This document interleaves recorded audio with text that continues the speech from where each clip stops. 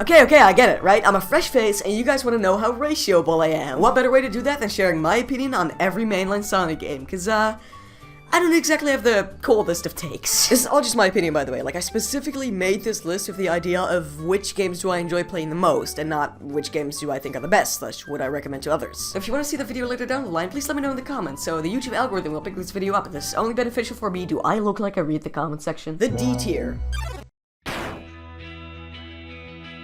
Don't get me wrong, this is far from the worst Sonic game. You know, I generally prefer this over Sonic Blast or something, but since we're talking mainline, here it is. Please ignore the fact that Sonic and the Secret Rings is far from mainline. I just like talking about it, so I included it into the list. Never actually beat this game when I was younger, but I don't think I'm missing out on much. The tutorial just takes ages, the controls are really weird and awkward, the levels are weirdly out of order, and I'm just not a big fan of the whole Arabian aesthetic. Maybe the last one's just me though, because I know a lot of people who really do love the vibe of this game, but just don't really care for the gameplay.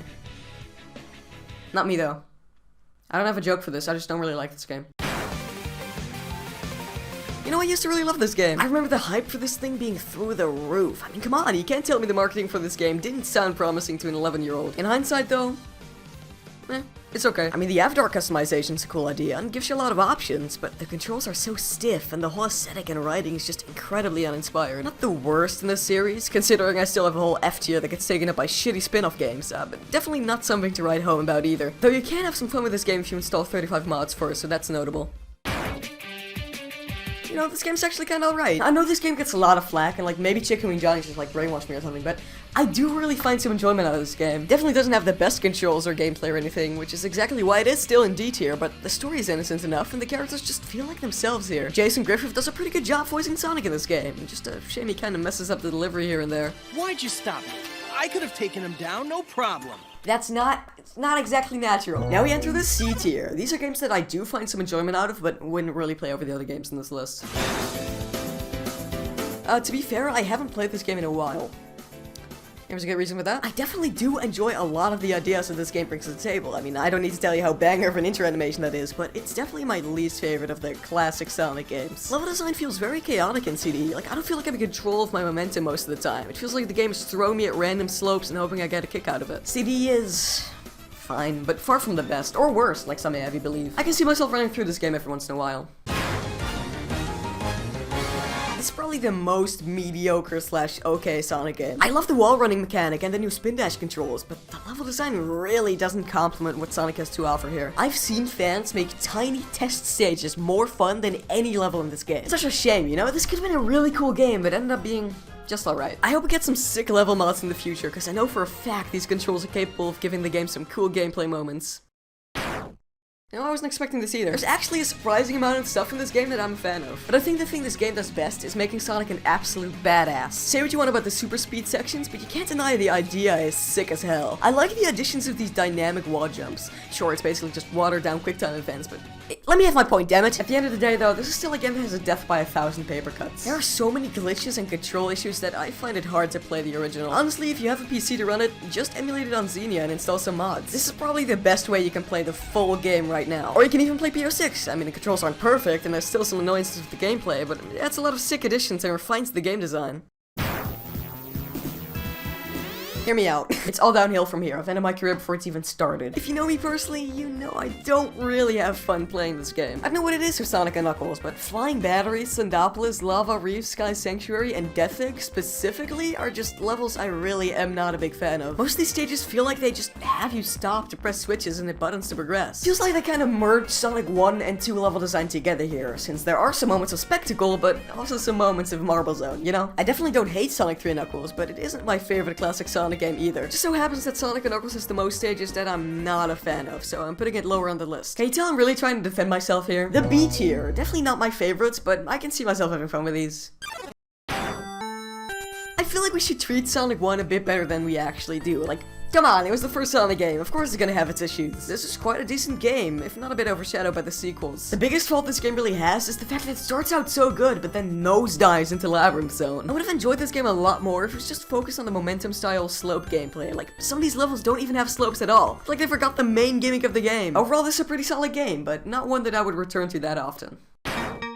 Generally, I just prefer the levels in this package. Hydro City, Marble Garden, Carnival Night, and Ice Cap all still have moments of annoyance, but not to the extent of Sonic and Knuckles, where you're just waiting in an elevator for 5 seconds. I specifically really love Angel Island and Launch Base. I don't know, maybe I just have a soft spot for these. I feel like these levels have the least amount of bullshit in them, and they have a really nice flow to them in my opinion. Not a big fan of the sprite changes they made in this game though. Like Sonic has this stupid mouth and weird thin eyes, and for Tails, it's like they just ripped the sprites from Sonic 2, gave him an ugly palette, and modified some of his sprites to look weird. Like, why does his body get twice as large when he flies? It makes no sense. I know it sounds like nitpicking, but the main character's designs are incredibly important for a game's graphics to work. This is the better half of Sonic 3 and Knuckles.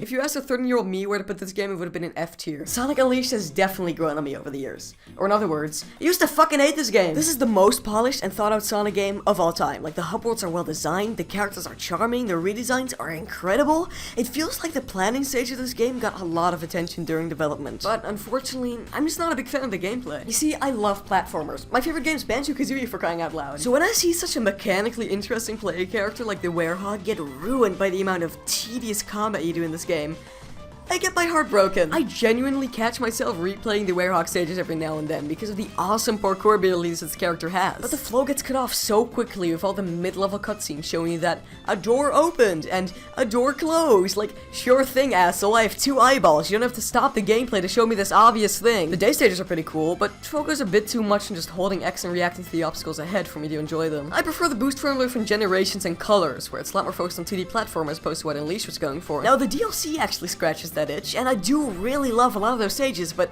since it's DLC, it's not enough to increase my rank for this game. I know a lot of these classic games are coincidentally very close to each other in the goddamn B tier, but trust me, I do really like these games. Sonic Mania in particular is the game I had a lot of hype for, to a point where I was trying to avoid spoilers and stuff. That worked out well. I loved this game when it first came out, but after a while, I just stopped playing it. I have no clue why I stopped, but I have very little desire to actually go back and replay it for some reason. I really love the addition of the drop dash, and I actually do really like playing as all the different characters, but there's just something about the size of the levels that gets pretty vertical, which I'm not a big fan of. I can't quite pinpoint why I'm not a big fan of the level design in this game, but I'm sure I have a good reason for it. And my YouTube videos are fucking awesome. Warning! From this point onward, there will be only good takes, so if you're not based, please come back once you've ratioed at least 5 people over Sonic the Hedgehog opinion. I know this game is way worse than some of the other games on this list, but goddamn, I just have so much fun playing it. This is probably the most accurate translation of the classics aesthetic into 3D. Well, for a mainline game anyway. This thing is so charming to me. Like, I know a lot of people hate the in-game models for this game, but honestly, this is my favorite Sonic art style to date. They went on to refine it in Shadow the Hedgehog and Sega Superstars, and man, this is literally Uekawa's early Sonic art translated into 3D. The music is absolutely incredible, and these are some of the most creative level themes to date. The gameplay is pretty entertaining as well. I love the level up system that gives you more abilities and upgrades the better you play. And I love how tight the A ranks are. You really have to go out of your way to kill enemies and get the best run in a stage to get the A rank, which I think is admirable. The controls for the speed characters are kind of slippery, but the game makes up for it by having level design that slows down the pace every once in a while. I've heard people's complaints about the 4 campaigns, and I completely understand where you're coming from, but my advice is just take this game at your own pace. You're not obligated to beat it in one sitting. So yeah, I really do enjoy Heroes. Not to a point where I like religiously beat it every morning or anything, but like, I still have some fun playing this game when I get the chance.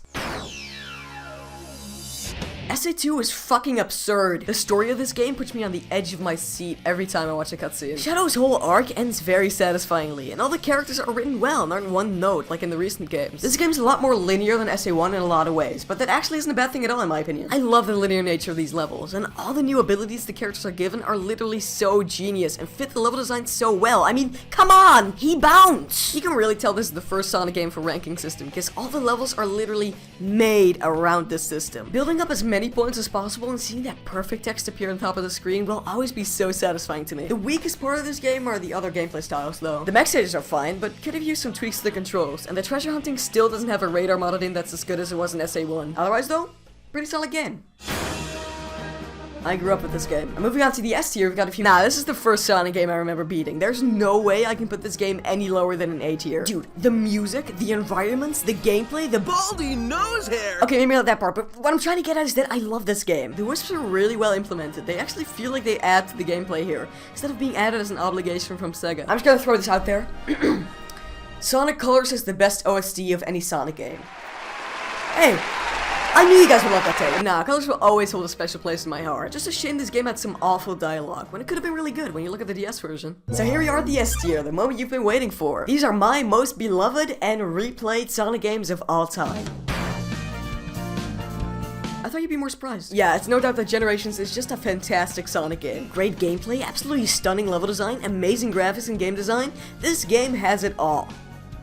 Aside from story, that kind of sucks. I don't really have much to say on this game, to be honest. I just love replaying it. The only issue I see is the easy S ranks this game gives you, which sure was fucking stupid, but this game's fun enough to replay on its own anyway without any sort of in-game rewards, so I'll let it slide, game. Dude! Sonic's first adventure into 3D and they knocked it out of the park. Everyone loves to joke about Big the Cat, me included, but he only really had a 30-minute campaign, and fishing definitely wasn't as annoying as some may have you believe. This is the best that Sonic has ever controlled in 3D. The level design complements each of the characters perfectly. And honestly, I don't really have a problem with some of the annoying stages or characters. You wanna know why? Because this game's highs are higher than any Sonic game I've ever played. The world building is phenomenal, the way the characters interact with each other, the voice cast, the environment design. Dude! I don't care about Froggy at this point. And the music in this game just makes me happy. It gives me nostalgia for a game that I only ever started playing in my early teens. This is just a happy game, honestly. It just makes me happy. But more in the sense of Banjo-Kazooie, where the gameplay is cool, but you really play it for the characters and world building. This is the Sonic equivalent to my comfort food. I don't have as much of a love for this game as I do with SA1, but man, if this isn't a phenomenal gameplay experience, like, this is just a better overall package. I have a very special connection to this game, since this is the only classic game I could beat when I was younger. And yeah, I remember being disappointed by the fact that Metropolis had a third act, and yeah, I had a hard time being the final boss, and yeah, I never touched those special stages. But when I play this game, I just relax. I love that I can just beat this game in half an hour when I'm feeling down and just be done with it. Not to mention this thing is everywhere. On the DS, on your Switch, on Steam, on your phone. I can play this thing anywhere, anytime, and I think that's the reason this is my comfort game. Because unlike the other classics, this is just a game that I can play to completion in a relatively short amount of time without hassle when I'm tired. And that's when a game is perfect to me. When I can have a blast with it, no matter the situation. Because in that sense, Sonic 2 is a bit like one of my videos. You know, just turn it on when you're tired and have a blast until it's all over. But it doesn't have to be. I mean, you can keep watching right here.